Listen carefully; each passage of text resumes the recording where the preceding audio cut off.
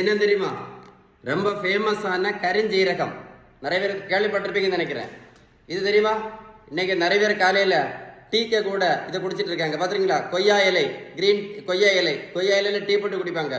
சுகருக்கு நிறைய பேர் குடிக்கிறாங்க, பார்த்துருப்பீங்கன்னு நினைக்கிறேன். இது கேள்விப்பட்டிருப்பீங்க.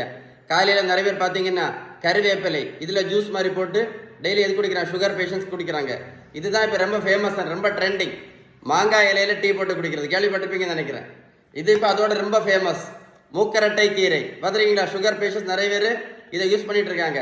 இன்னைக்கு நம்மகிட்ட இருக்கக்கூடிய ஒரு பெரிய மூட நம்பிக்கை என்ன அப்படின்னா, ரைஸ் சாப்பிட்றதுனால தான் சுகருக்கு மாத்திரை போடுறோம், ரைஸ் சாப்பிட்றதுனால தான் இன்சுலின் போட்டுட்டு இருக்கோம் அப்படின்னு.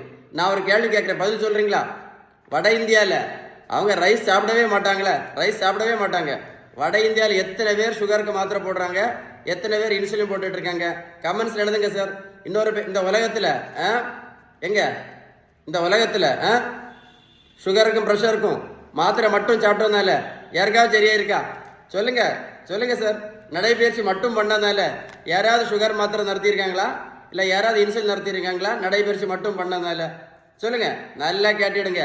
1 கிலோமீட்டர் நடைபயிற்சி பண்ணினா கூட 40 to 50 கேலரி மட்டும்தான் இருக்க முடியும். அதனால் நடைபயிற்சி மட்டும் பண்ணி எந்த மாத்திரை நிறுத்த முடியாது, வெயிட் கண்டிப்பாக குறைக்க முடியாது. இதுதான் இப்ப ரொம்ப ட்ரெண்டிங்.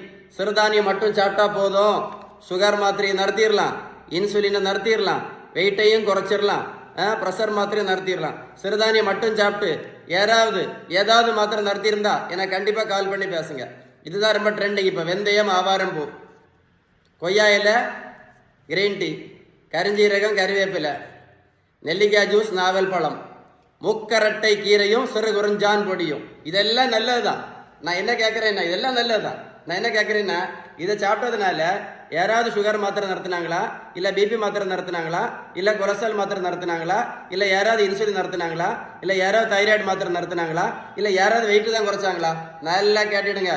மருத்துவத்துள்ள ஸ்டாண்டர்ட் புத்தகம் ஹாரிசன், இந்த புத்தகம் என்ன சொல்லுதுன்னா, sugar, pressure, cholesterol, fatty liver, பித்தப்பைக்கல், thyroid, உடல் பருமன், பிசிஓடி, இது எல்லாத்துக்கும் ஒரே ஒரு ட்ரீட்மெண்ட் தான். அதுக்கு பேர் தான் பேலன்ஸ்டு டயட். நீங்க பேலன்ஸ் டயட் கடைபிடிக்காம விட்டீங்க அப்படின்னா மாத்திரையும் இன்சுலினும் ஒழுங்காக போட்டாலும் எந்த நோயும் கண்டிப்பாக குணம் அடையாது அப்படின்னு இந்த புத்தகம் தெளிவா சொல்லுது. அதில் ஒரு கைண்ட் ரிக்வெஸ்டா சொல்றேன், இந்த வீடியோ கண்டிப்பா லைக் பண்ணி ஷேர் பண்ணுங்க.